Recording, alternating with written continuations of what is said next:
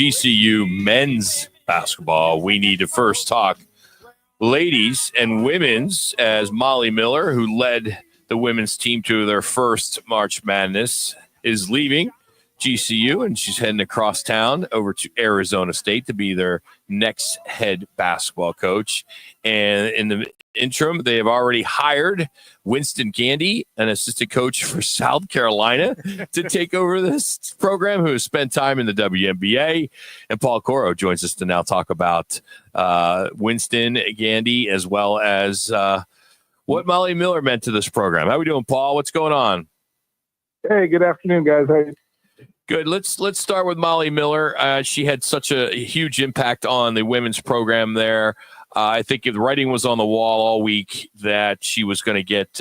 She was most likely going to go to I hate to say a bigger school, but obviously money plays into everything. But how did you feel that was coming as well because of the success she was having this year? Yeah, I mean, this was kind of the breakthrough year for the program. In year 5, won the first WAC championship with an all-senior team. So it's kind of one of those moments where, that's probably the moment where you draw the most interest. And so that, yeah, it wasn't unknown, I guess, that was happening. And obviously the university and the athletic leadership were ready to have somebody like Winston Gandy ready to step in almost immediately. Yeah, I got to give the folks over there a lot of credit to have him all ready to go in their Rolodex. I mean, this guy has such an impressive resume. 2 seasons with South Carolina, as associate head coach at Duke. He's at American. He was at the Big Ten as a Maryland director of recruiting, as you know, and then 3 years in the NBA with the Washington Wizards. I see this guy's resume and I'm like, oh, Molly, good luck to you. I think he got Coach Gandy in there. He's going to do really well.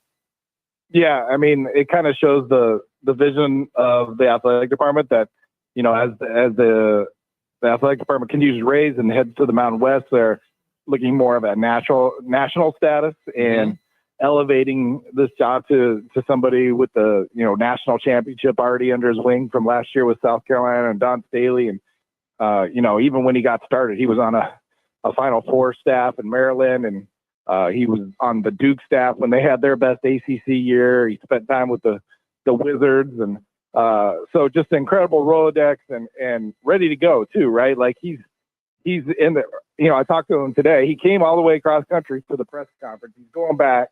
They're playing the winner of Alabama, Maryland tonight, and he's got both scouts to get ready for the next round. So he's burning it at both ends, but he knows how vital it is to jump into the portal. And, because the amount of seniors that were on this team, it's almost like a clean slate for him to build with. And he's excited about that with the resources that he has in the program, and now the rising stature of the program from giving some success this year, and then the move up in conferences ahead. Paul, you look at the end of the season, and Coach Drew's comments after the game, after the 81-49 loss to Maryland was, hey, we had the continuity, we had the energy, the fight to take us forward.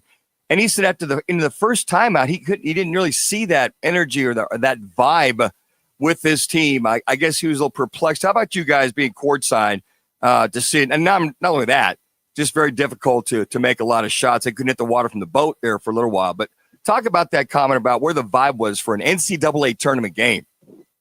Yeah, it's just, it's hard to say in a blowout loss like that, but it just felt like the game was there for the taking in the beginning. Right. Because Maryland looked nervous in the beginning. That was Derek Queen's first NCAA tournament game. As good as he is, he was feeling his way through these early moments, and both teams and GCU just left so many opportunities out there early. First play of the game is an open pick and roll layup that misses. They got caught up and taking a lot of threes early. They were open threes, but not going. And so they led 7-2 after 3 or 4 minutes, but it could have been so much more at that point.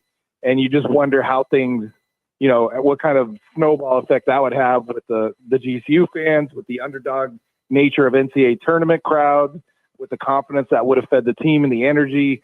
And it just was like they were a little staggered by that moment. And then once Maryland got rolling, they just could not stop that size that the two big men, Reese and Queen, were just huge difference makers because they're not only their size was a difference maker, but also their skill. That team moved the ball and touch passes, second chances, running the floor, 3-point shooting. They really looked, that's why they're the Crab Five, the highest scored and starting lineup in the nation. Yeah, you're absolutely right about that. Okay, so I asked you this question last year, and I'll ask it again this year. So Bryce's phone rang last year, but he turned down the opportunities that were asked of him. So in your estimation, if it rings again, do you believe that he will again turn down other opportunities to stay with the Lopes? Yeah, I certainly can't speak for him, but it just seems like he's more locked in than ever here right now in multiple ways. And, he was I just saw him this morning and he was meeting Winston Gandy out front, and, he's under the weather. He lost his voice and everything post tournament, and he was coming in because the portal's about to start. And he's seems almost like, energized by what's ahead, cause he knows he knows they're already getting into a different conversation with recruits, a different level of recruit, by having a Mountain West future now, that they're operating at a different success level because of what this senior class did the last 2 years to win 56 games over 2 years. Their opportunity for who they can talk to, and they've got a lot of work to do, obviously, because they've lost, probably 5 of their top 6 players to graduation. Paul, over 500 men's basketball players have entered the transfer portal today.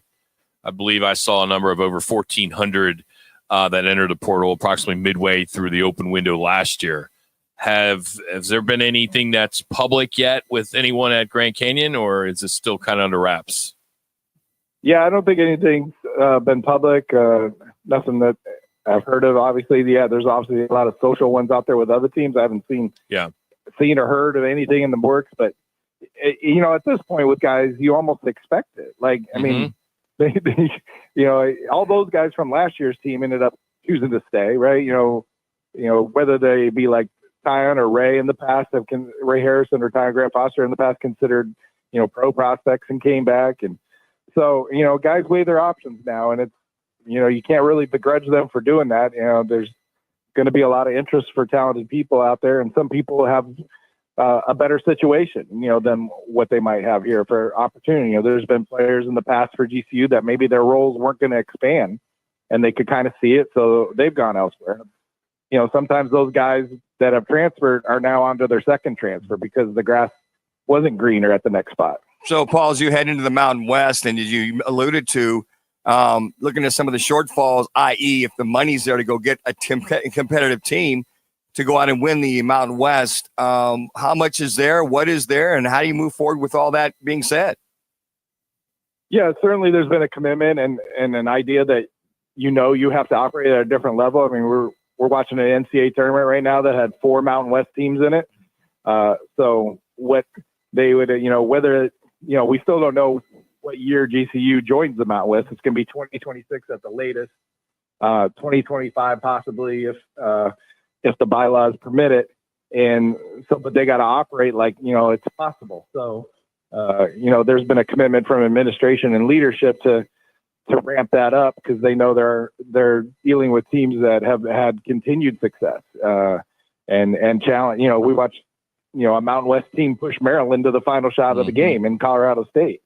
So it's a different type of player too. I mean, I think Bryce Drew made reference, after the WAC tournament that roster was kind of built for the WAC, with what they did. And, certainly there's a different size and athleticism to the Mountain West that they will have to match up with. Paul, thanks for joining us over the course of the season. We really appreciate you. And we were hoping today we would be talking about, obviously, the Sweet 16, but that's all right. They had a hell of a year, and the program is going in the right direction. So, as always, man, thanks for your time. Yeah, you guys are awesome with your interest. I appreciate it. And there's a lot of growing interest on there on both fronts, and you can really feel it out there from the reactions of what's happened over the past few weeks. No question. That's Paul Coro, the hoops analyst for GCU Lopes, and he is brought to you today by All City Towing. Join the team that's hiring They got dispatchers, call takers, lot attendants, drivers, customer service personnel. They got it all. And you can enjoy benefits like set work schedules with a healthy 401k employer match, the benefits, the employer paid life insurance, monthly fuel allowance. So if you're ready to take your career to the next level, visit them online at allcitytowing.com. That's All City Towing, where your future is on the move. Well, coming up, the 8-team UFL prepares to launch their second season since they merged with the USFL and XFL. We're going to get into that. But first, we'll take you back in time to one of the biggest lines ever in a sports movie that is arguably said every single day in college sports and professional sports. That's next, right here on ESPN 620.